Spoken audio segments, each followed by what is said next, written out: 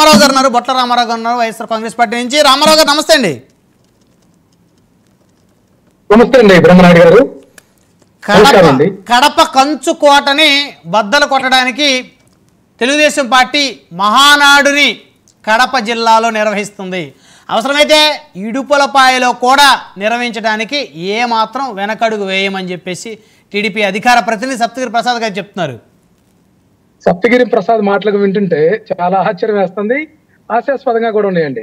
ఇడుపులపాయలో కూడా దొరుకుతామని మాట్లాడటం, వీళ్ళు పులివెందుల్లో జరపాలని ప్రయత్నం చేసిన మాట చూసాం మనం. అక్కడే జరపలేక కడపకు వేదిక మార్చుకున్నటువంటి వ్యక్తులు ఇది అనవసరమైనటువంటి ఓపెన్ ఛాలెంజెస్ ఇవి మానుకోవాలండి తెలుగుదేశం పార్టీ నాయకులు.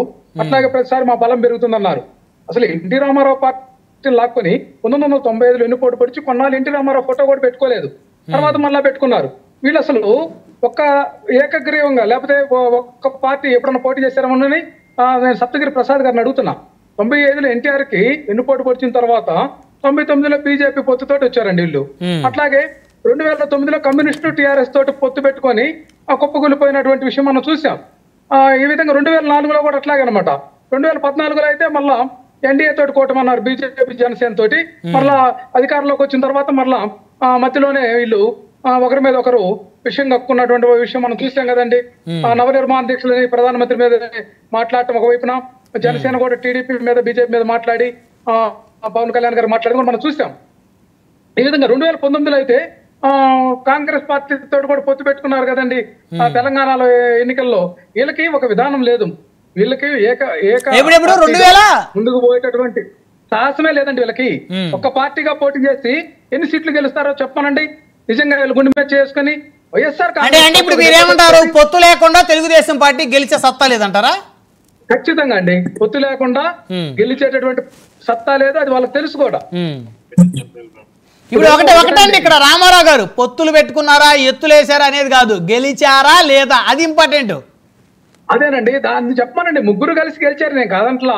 ఇక్కడ వైసీపీ కూడా 40% ఓట్ షేర్ ఉంది. 38%, 40 కాదు 38.7%. మరి ఎందుకు 1% అంటే చిన్న విషయం కాదండి, లక్షల్లో ఉంటది 1% అంటే వేరియేషన్. ఇక్కడ రకరకాల అనుమానాస్పదమైనటువంటి అంశాలు ఉన్నాయి. ఇక్కడ రకరకాల ఆలోచన విధానంతో జరిగిన ఎన్నికలు ఇవి.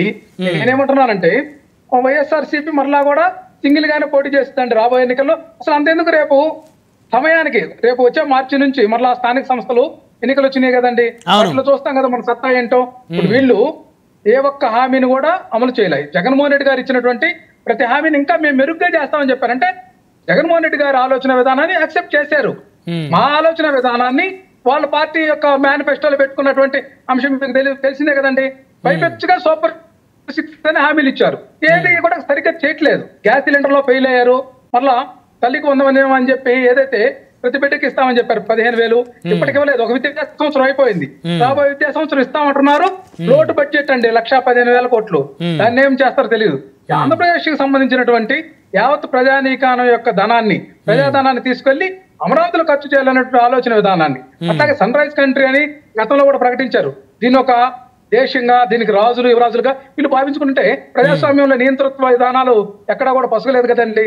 మనం చూసాం కదా, శ్రీలంక బంగ్లాదేశ్ లో ప్రధానమంత్రి యొక్క దేశ అధ్యక్షుల్ని ప్రజలు తరిమి కొట్టినటువంటి పరిస్థితి ఉంది. ప్రజాస్వామ్యం ముందు ఏ ఒక్కరూ గొప్ప కాదు, మేము తలకెక్కించుకొని మేమే మారితే హవా, మేమే సీట్లు వచ్చినాయి, మేమే మళ్ళా కలకాలం ఉంటామంటే ప్రజాస్వామ్యం ఒప్పుకోదు.